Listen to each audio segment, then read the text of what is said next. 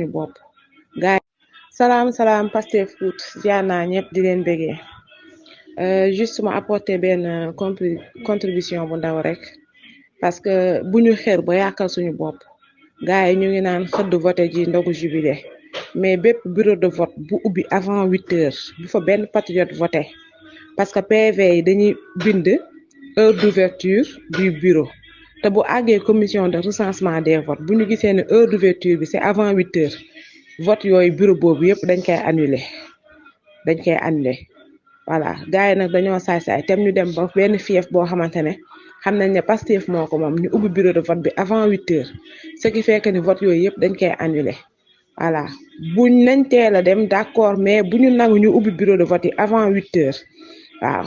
code électoral 8h la wax bu kenn topp engouement bi ba dugg ci xëdd voté ji piège la bu ñu xëddee dem fayit nañ toog xaar ba 8h pile ñu doog a ubbi bureau de vote mais ku ñu ubbi bureau de vote bi avant 8h boo voté vote boobu yëpp procès verbal bi bu ci bindee date d'ouverture du bureau rek dañ koy annuler jaajëf ñu yaatal information bi incha allah.